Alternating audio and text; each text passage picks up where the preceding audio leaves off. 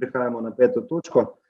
Predlog odloka o spremembah in dopolnitvah odloka o obdelavi določenih vrst komunalnih odpadkov in odlaganju ostankov predelave ali odstranjevanja komunalnih odpadkov z območja občine Kamnik skrajšan postopek. Predlog odloka je objavljen v gradivu številka 14, predlagatelj župan, poročevalci pa Mihaela Brnot-Vetrnik, Aleš Škorjanc, Maja Sušnik in Dušan Marc. Besedo ima gospa Mihaela Brnot-Vetrnik. Izvolite. Hvala lepa. No, tako kot sem že na začetku pri obrazložitvi skrajšanega postopka povedala, gre za manjše spremembe tega navedenega odloka.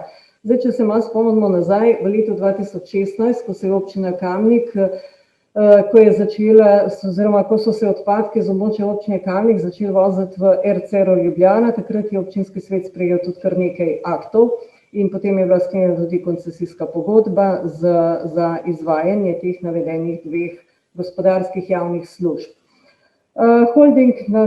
Javni holding Ljubljana nas je v mesecu novembru zaprosil, pozval, naj bi tudi za območje naše občine odlok delno uskladil in hkrati obvestil, da je Mestna občina Ljubljana tako spremembo odloka že sprejela in tudi na območju večine občin, ki so v RCR vključene, te določila že veljajo.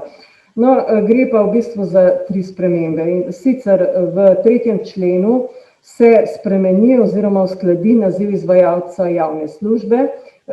Ko smo sprejemali odlok, je bilo to javno podjetje Snaga. Kot pa vemo, se je v lanskem letu javno podjetje Snaga priključilo javnemu podjetju Vodovod kanalizacija, tako da je izvajalec sedaj javno podjetje Vodovod kanalizacija Snaga d.o.o. Potem v 8. členu odloka, kjer so navedene dolžnosti izvajalca, je sedaj določeno v 7. alineji, ta alineja določa, da je izvajalec dolžan zajemati odlagališčni plin in ga predelovati. No, s to spremembo oziroma dopolnitvijo pa se spremeni tako, da je izvajalec dolžan zajemati tudi plin iz obdelave odpadkov in ga predelovati. Potem je pa še sprememba v 11. členu. Tukaj pa gre za to, da se sedaj določeno 3-letno obračunsko obdobje skrajša na 1 leto. Enoletno obdobje oblikovanja cen je bolj primerno zaradi lažjega prilagajanja spremembam na trgu in gibanju cen življenjskih potrebščin, da se nihanja sproti upoštevajo v cenah storitev občinskih gospodarskih javnih služb ravnanja z odpadki.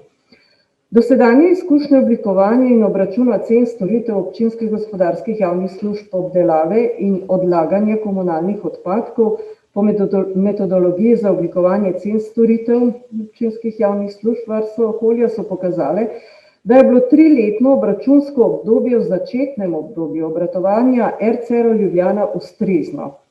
V zadnjem obdobju pa se je izkazalo, da uporaba 3-letnega obračunskega obdobja ni najbolj ustrezna, predvsem glede stroškov nadaljnjega ravnanja s produkti obdelave odpadkov, gorljivih frakcij predvsem, nastalih v RCR Ljubljana, ki bistveno vplivajo na neposredne stroške za izvajanje dejavnosti. Sprememba obračunskega obdobja iz 3 let v 1 leto je v skladu s predmetnim predpisom z tega področja Evropske unije, ki v bistvu določa regulatorno obdobje največ 3 leta, se pravi 1, 2 ali 3, in tudi v skladu s našo slovensko uredbo o metodologiji za oblikovanje cen storitev obveznih občinskih gospodarskih javnih služb varstva okolja.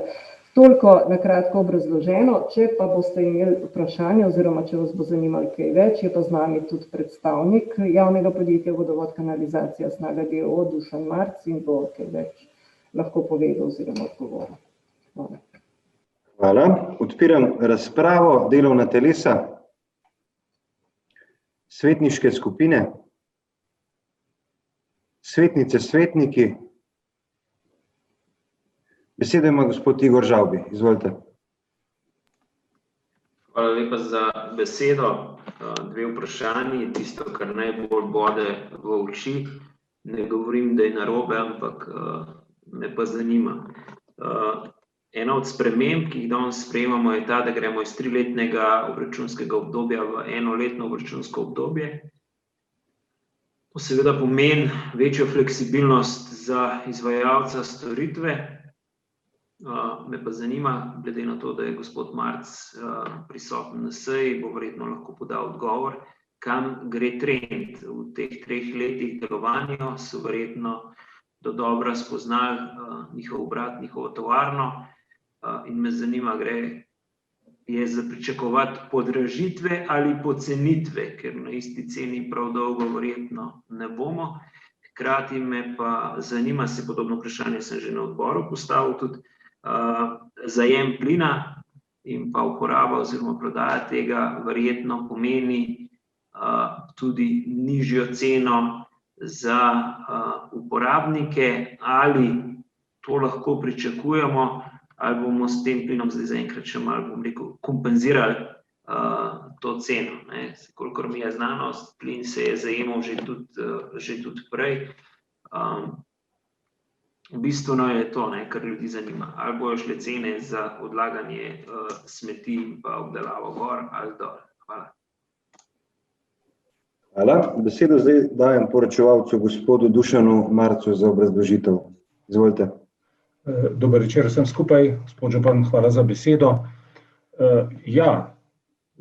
Na drugo vprašanje ste, gospod Svetnik, v bistvu že sam odgovoril, kar se tiče zajema plina, ki je seveda na nek način eden od produktov pri obdelavi odpadkov v našem RCR-u.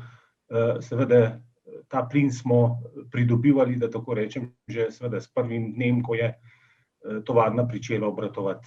Tukaj gre zgolj za popravek tistega, da rečemo, obstoječega odloka o izvajanju te javne službe.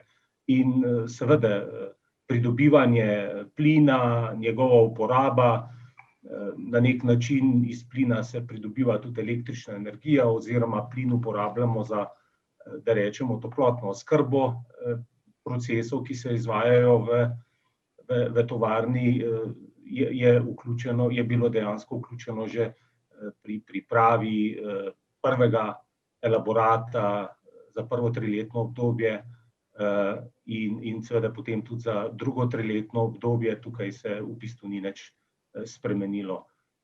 Zdaj, kar se tiče vprašanja vezanega na ceno, v gradivu, ki ste ga prejeli, je seveda podano glavni razlog, predvsem naša odzivnost trgu. Vam je verjetno poznano, da pomemben del produktov, ki jih proizvajamo, od 70 do 80% pomenijo tako imenovane lahke frakcije, ki jih seveda potem plasiramo naprej na trg v nadaljnjo obdelavo.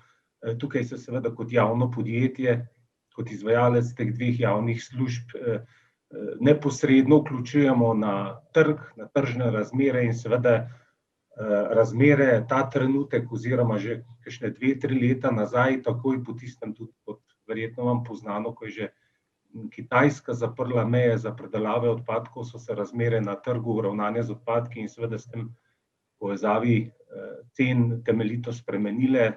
Temu smo bili, bom rekel, na ta način smo bili deležni tudi mi, tako da cene, nižanje cen v zvezi s prevzemanjem produktov na trgu naprej tega ni za pričakovati, oziroma sprememba obračunskega obdobja na 1 leto nam dejansko samo omogoča, da smo bolj fleksibilni na dogajanje na trgu in na nek način sprememba tega odloka nam omogoča, da za leto 2021, seveda v skladu z državno metodologijo izračunu cen, bomo pripravili elaborat, ki bo pokazal, kje smo in ali bodo sploh potrebne spremembe cen.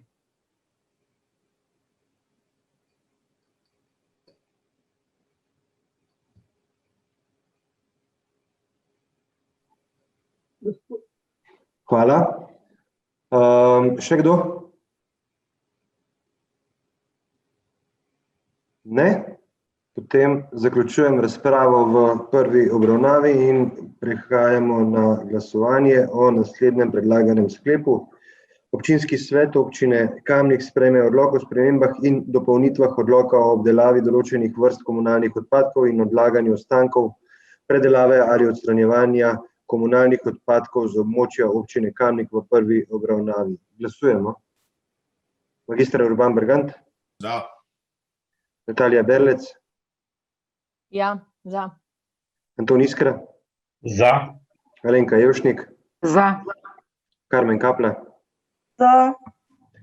Jože Korošec, Za. dr. Jernej Markelj, Za. Nives Matjan, Za. magister Šemso Mujanović, Glasujem za. Duško Papež, Za. Božo Pilej, Ančka Podbevšek, Za. Bogdan Pogačar, Za. Bežan Potočnik, Glasujem za. Robi Prosen, Za. dr. Janez Rifel, Za. Edis Rujević, Za.